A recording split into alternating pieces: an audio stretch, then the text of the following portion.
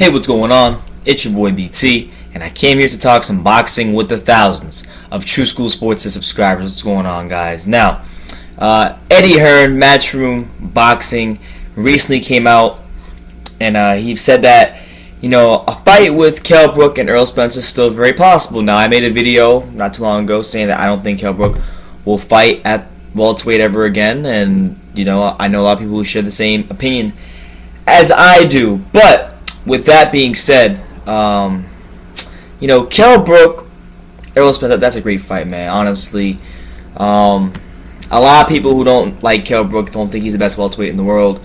I've gone back and I've been watching a lot of his fights, and the Golovkin fight, made me a believer that, maybe even bigger believer that he is the best welterweight in the world. I think he beats a lot of these guys. That's why they're not calling his name out. But the Errol Spence Kell Brook fight is the best matchup as far as for Kell, as far as guys who I think could beat him, because Errol, like I said, is a huge body puncher, the best at 147, hands down. So I want to get into the quotes from Eddie Hearn, and we'll go from there. Now, here's what he said about that fight. He said, "At the moment, we are keeping all of our options open. Kell can still make 147, but I don't think he can necessarily reach the same performance levels. The Spence fight is a big fight for us, especially because of the 70-25 split. So it's definitely something to take seriously. The Golovkin fight has given Kell a number of high-profile options, but I think realistically his next opponent comes from Spence, Cotto, Canelo, or Khan." So let's dissect this here on True School Sports. Now, Kell Brook, he did lose to GGG. He did get his eye socket broken. He lost his O. He probably lost even a little bit of his health. But what he did gain from that fight was, number one, a lot more fans, and number two, a lot more options. He has a lot more options now, and it's always great when you're in the boxing. When you're a boxer, you're a fighter, to have those options. Now, as Eddie Hearn said in the quote, that per IBF rules, it will be a 75-25 split in favor of Kell Brook. So he's going to make money when he fights Errol Spence. But it's a fight, I think, if he can make it, if he can make the fight happen, I'll obviously love to see it. One thing that's scary about that quote is, if Kell can't reach those same performance levels, then, do I really want to see it? I want to see Kell and Errol at their best. But assuming that he can even be 70% of the fighter he was, 70, 75, 80% of the fighter he was at welterweight, if he drops back down, then I still want to see the fight. I still want to see it. So, it is what it is, man.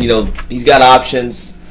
He's going to make money. And he's going to get a chance to continue to prove himself as one of the best welterweight, the best welterweight in the world, and one of the best fighters in boxing. So I want to see it.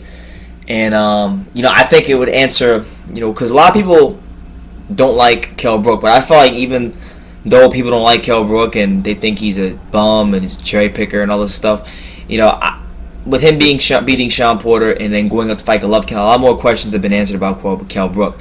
Where the answers need to be answered are on the side of Errol Spence, who I'm a big fan of, as you guys can see to my right here, that credential right over there. I went to the Errol Spence Algieri fight, so I like Errol Spence. I think you guys have seen the videos on this. If you guys haven't seen the videos on this channel, go on my channel, go in the search bar, type in Errol Spence's name, you'll see what I think of Errol Spence. I'm very high on the guy, but let's be honest, there's still a lot of questions that have to be answered about Errol. While he has been blasting a lot of these guys out the ring, and he gets 100% credit for that. You look at fights like the Alejandro Barrera fight, when he was getting countered and hit flush so many times. What's he gonna do when he faces a guy like Brook, who's just as big as him, throws really good combinations, can move really well side to side, has good lateral movement, just a complete fighter. What is he going to do when a guy like that's put in front of him? We'll find out, but I do have those questions about him, because he's never been in the ring with anybody nearly as talented as Kell Brook. And if he is to win that fight, like I said, if he takes that fight with Kell and he sparks him out of there like he's been sparking the other guys out of the ring, then he gets major props from me, and ascends higher on getting closer to a pound-for-pound list for me. But let me know what you guys think in the comments down below about this fight. Do you think it will be made? And if so, if it does get made, how do you think Kell Brook will perform back at 147? And who do you think wins and why? Leave your comments down below. Take the time to subscribe, and you can love me or you can hate me, but I am just a kid from Dania. So until next time, take care, guys.